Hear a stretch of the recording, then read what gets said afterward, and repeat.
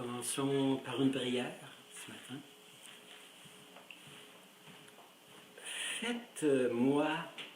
Faites-nous ralentir, Seigneur. Apaisez les battements de mon cœur en tranquillisant mon esprit. Calmez mon allure pressée en me donnant une vision de la portée éternelle du temps. Donne-moi, malgré la confusion de l'époque, le calme des collines immortelles. Réduisez la tension de mes nerfs, de mes muscles, avec la musique apaisante des rivières chantantes qui coulent dans nos mémoires.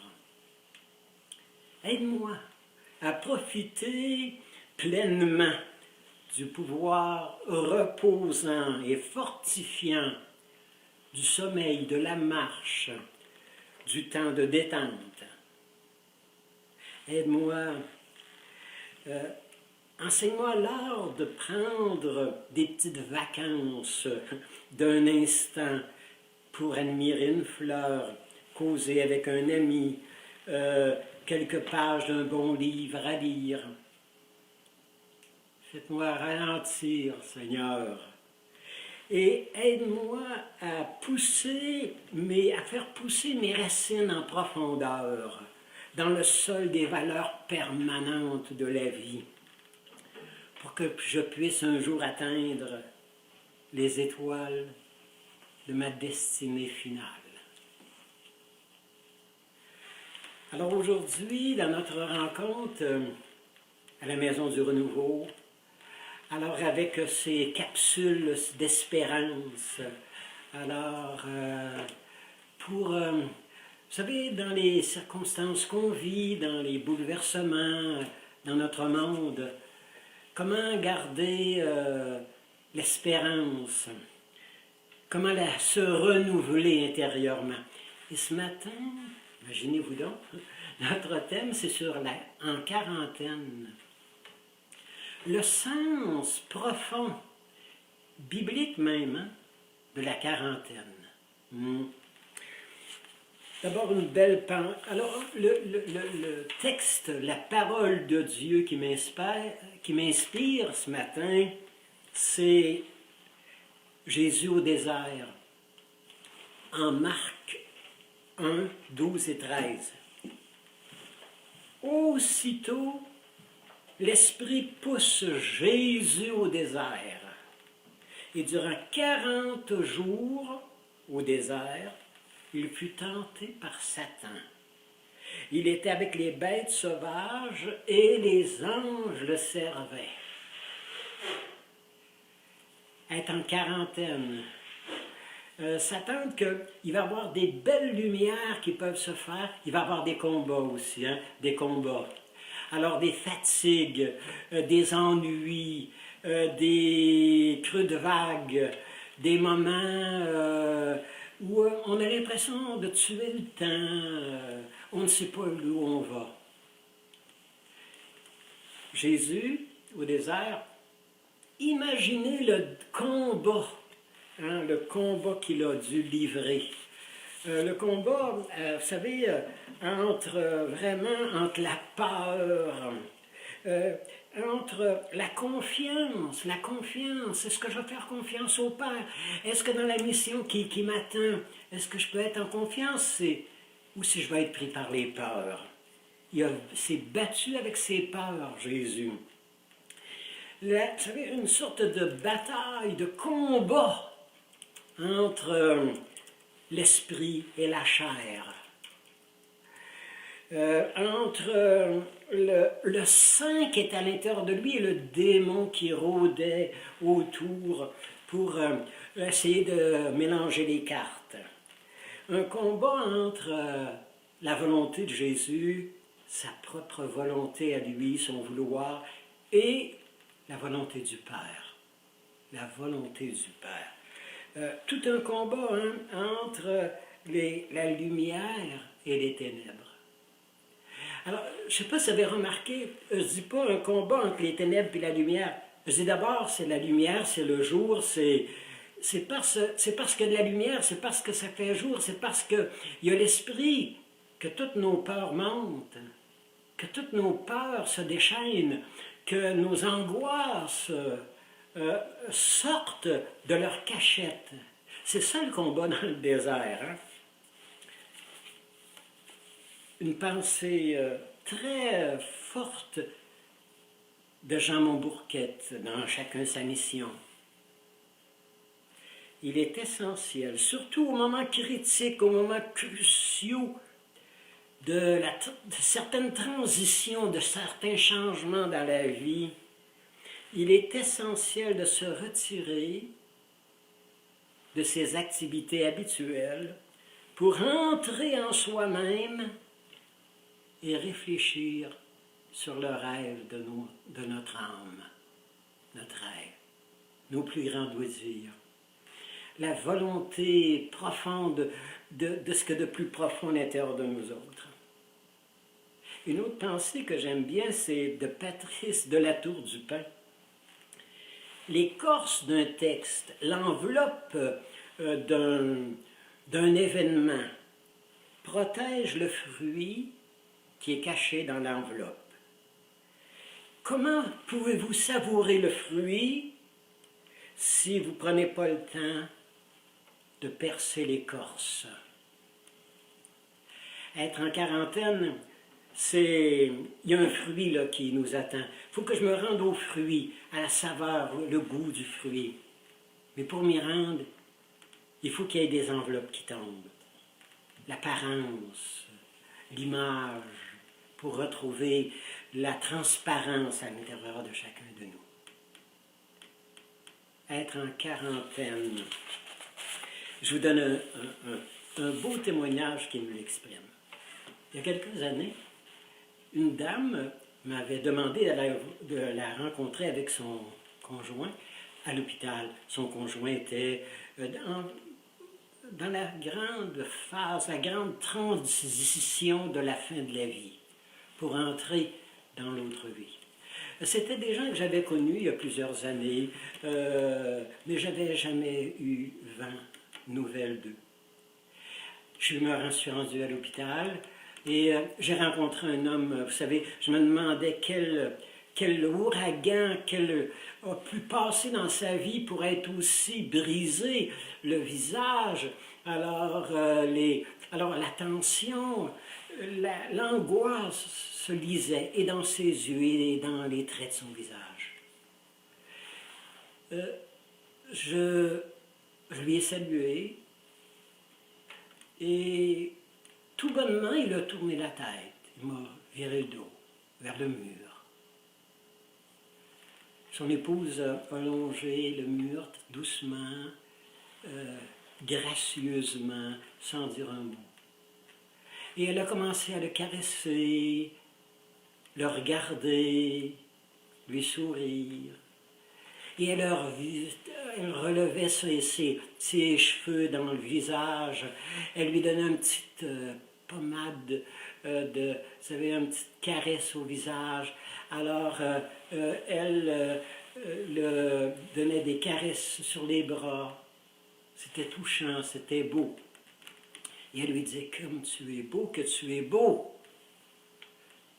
Je ne le trouvais pas particulièrement beau, moi. Mais je me dis, bon, l'amour aveugle. Et ça nous fait voir l'autre à une autre dimension, une autre profondeur.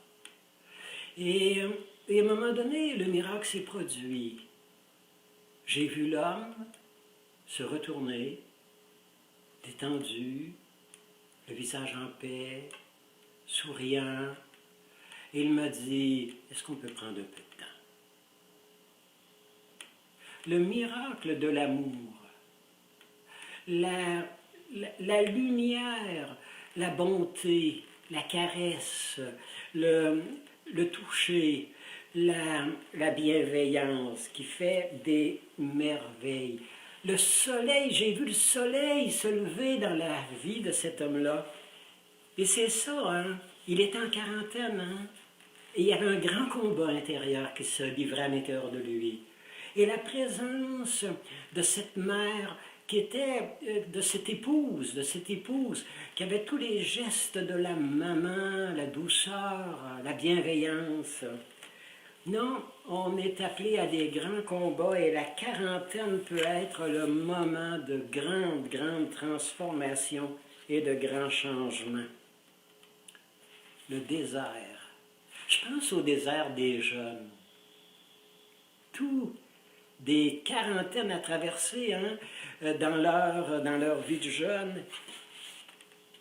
La quarantaine, le désert des couples, des religieuses, les moines dans leur cloître, ces adoratrices, le désert dans nos vies de santé.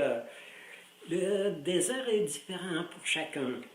Tôt ou tard, c'est inévitable. Il faut le traverser. Il faut y entrer. Et attention, on ne choisit jamais son désert. Et on a l'impression de tourner en rond. On a l'impression de perdre son temps. On a l'impression qu'il ne se passe rien. On a l'impression qu'on est sur pause, mode pause. Dans nos églises, on est dans un désert. Hein? Bien sûr, là, le temps se prête encore plus au fait que... Mais en temps normal, nos églises se ferment, les gens ne sont plus là. C'est un désert. Alors, savoir entrer comme Jésus dans le désert, entrer comme lui dans la quarantaine, pour y trouver un renouveau, se mettre sur un mode, vous savez, de pause, là, de repos, de lâcher prise, d'abandon, pour laisser le travail de l'esprit se reprendre en nous. Vous savez, le peuple de Dieu a été 400 ans en Égypte, esclave en Égypte. 400 ans. En quarantaine. Le peuple de Dieu a été arraché du désert, de l'Égypte, puis il est rentré 40 ans dans le désert, à marcher dans le désert, à marcher. Et Dieu lui faisait jaillir de l'eau. Alors, du pain, la manne, les miracles se sont passés par centaines au désert pour les faire avancer. Et quand ça nous est raconté, surtout dans le livre de l'Exode, on a l'impression que Dieu est un père, il est une mère, et il prend la main de ses enfants pour les faire trouver les bons chemins, les bonnes routes, les bons rives à traverser. On a l'impression que Dieu les porte sur ses épaules, on a l'impression que le Père les prend dans ses bras, qu'il les caresse. Alors c'est une aventure d'amour, et Dieu se fend vraiment le cœur, hein? Il se fend en quatre pour rendre ces gens-là, répondre à leurs besoins, à leur soif, à leur faim, à leurs désirs. Ils sont en quarantaine.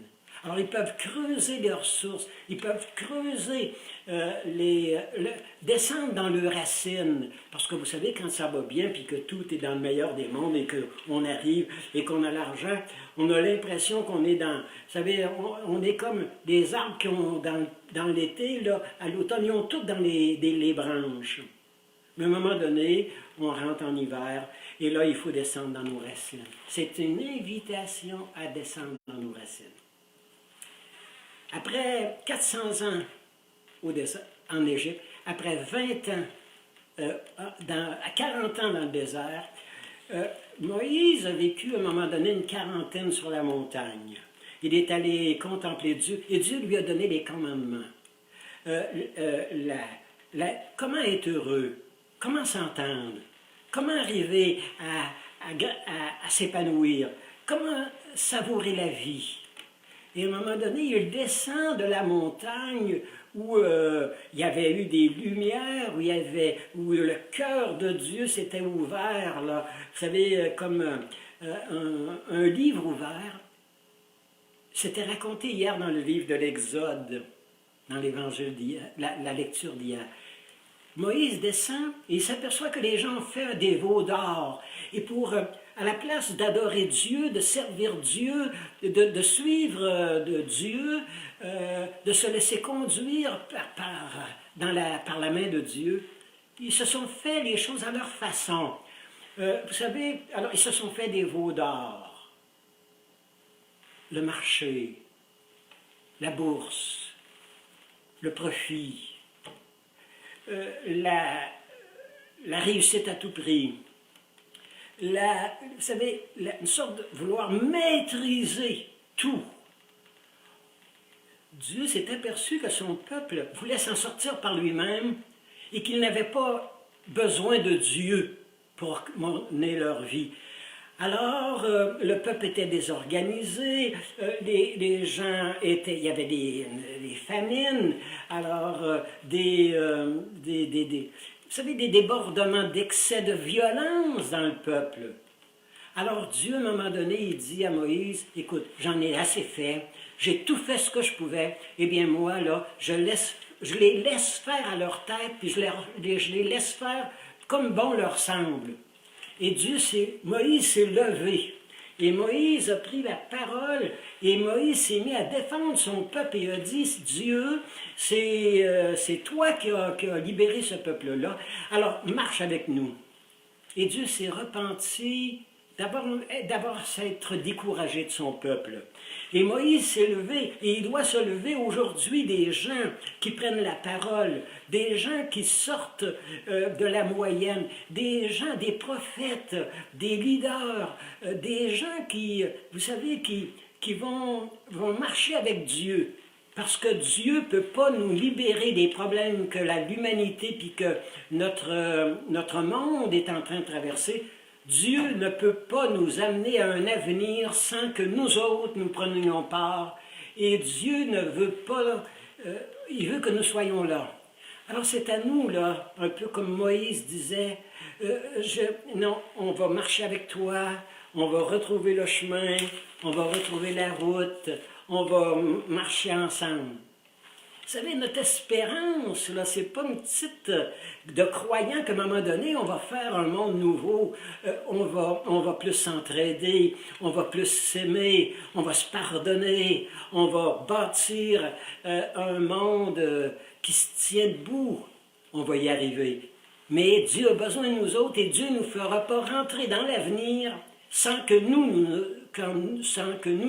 le voulions.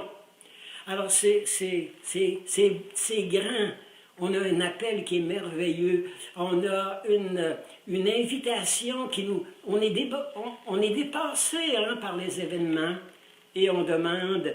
Dieu nous demande de dire, est-ce que tu veux mettre la main à la pâte? Est-ce que tu veux ce monde plus beau là? Est-ce que tu veux vraiment rebâtir un monde meilleur?